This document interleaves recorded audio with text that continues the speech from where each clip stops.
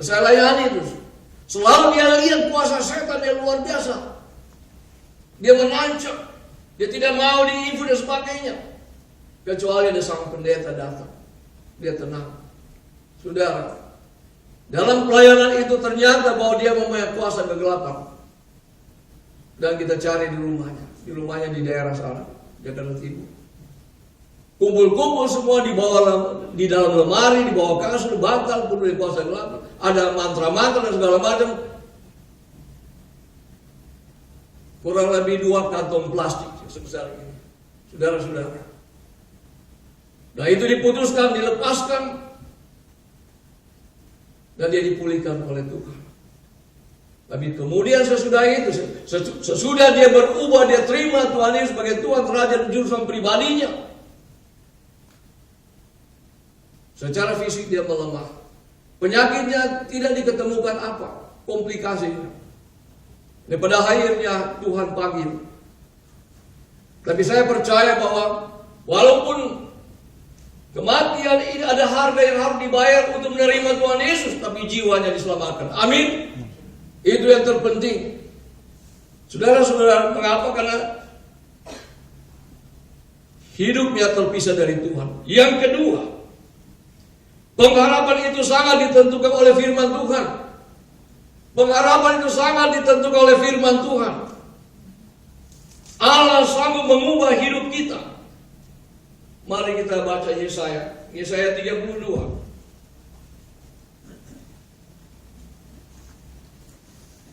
Yesaya 32. Ya, ayatnya yang ke-17. Demikian firman Tuhan. Di mana ada kebenaran, di situ akan tumbuh damai sejahtera.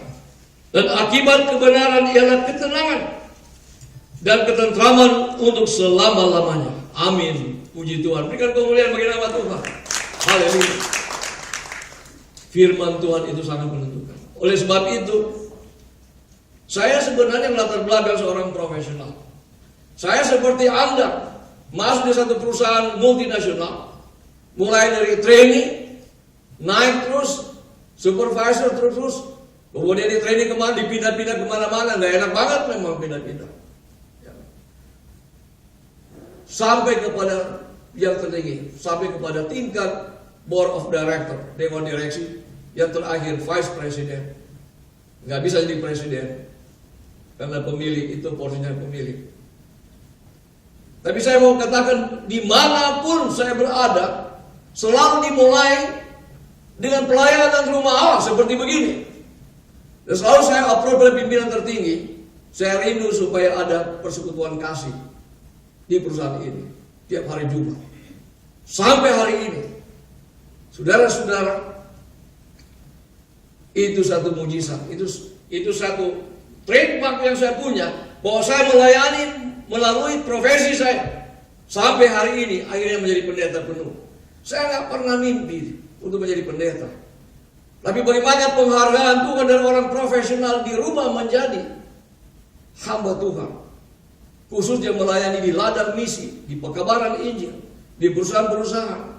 Ya saudara-saudara, kalau diutus diangkat, jangan lupa katakanlah firman Tuhan itu, karena yang minoritas ini sangat menentukan keputusannya. Amin. Saya mengalami sendiri. Setiap perusahaan ada persoalan doa, majunya luar biasa. Majunya luar biasa. Jadi jangan dianggap remeh.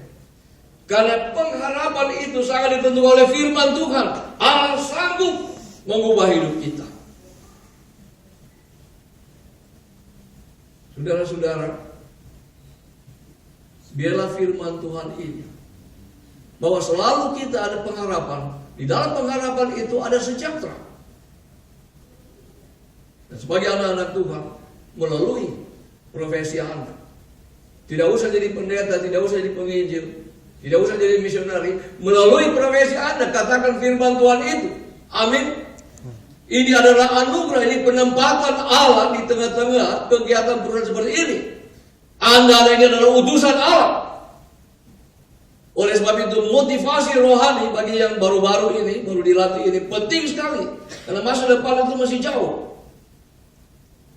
Saudara-saudara, saya sungguh bersyukur sekali Dan saya merasa diberkati.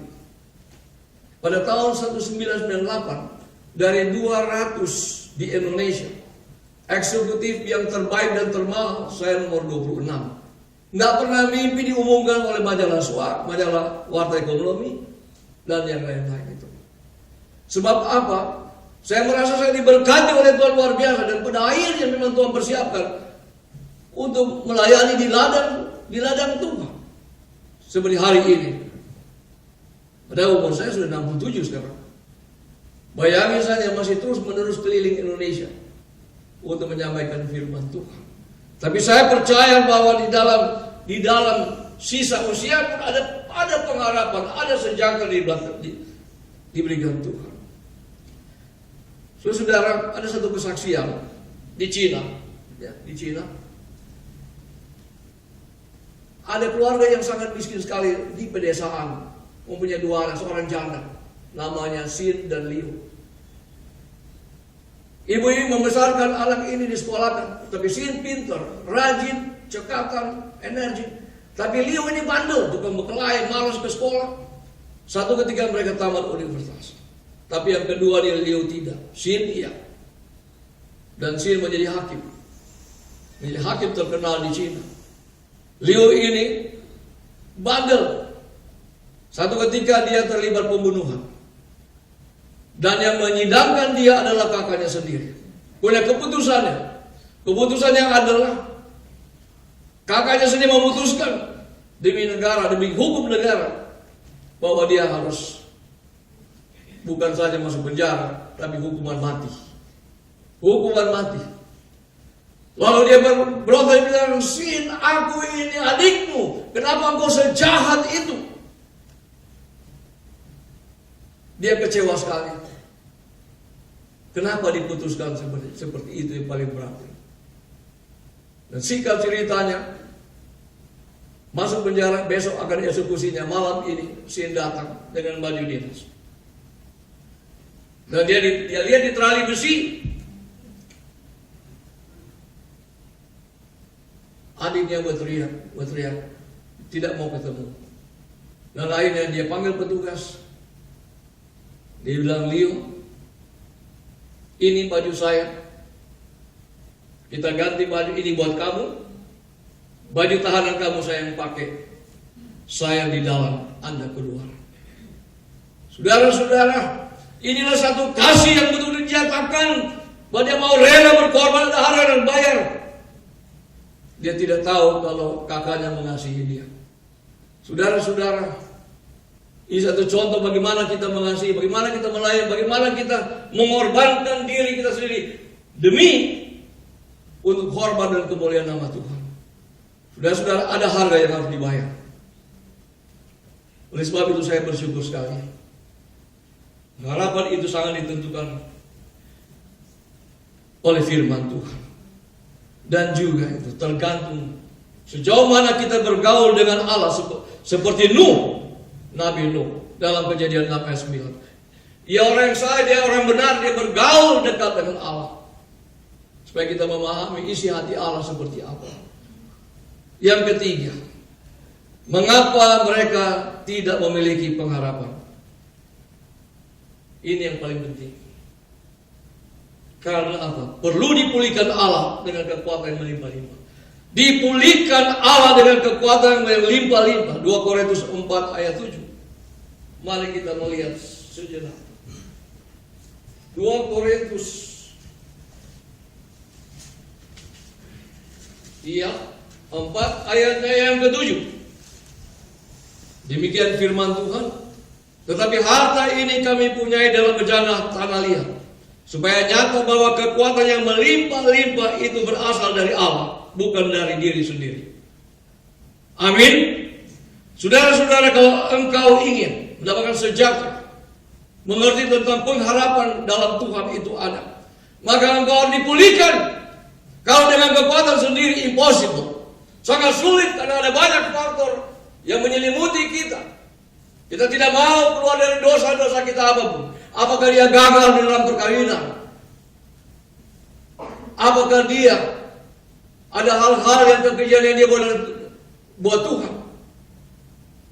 Ada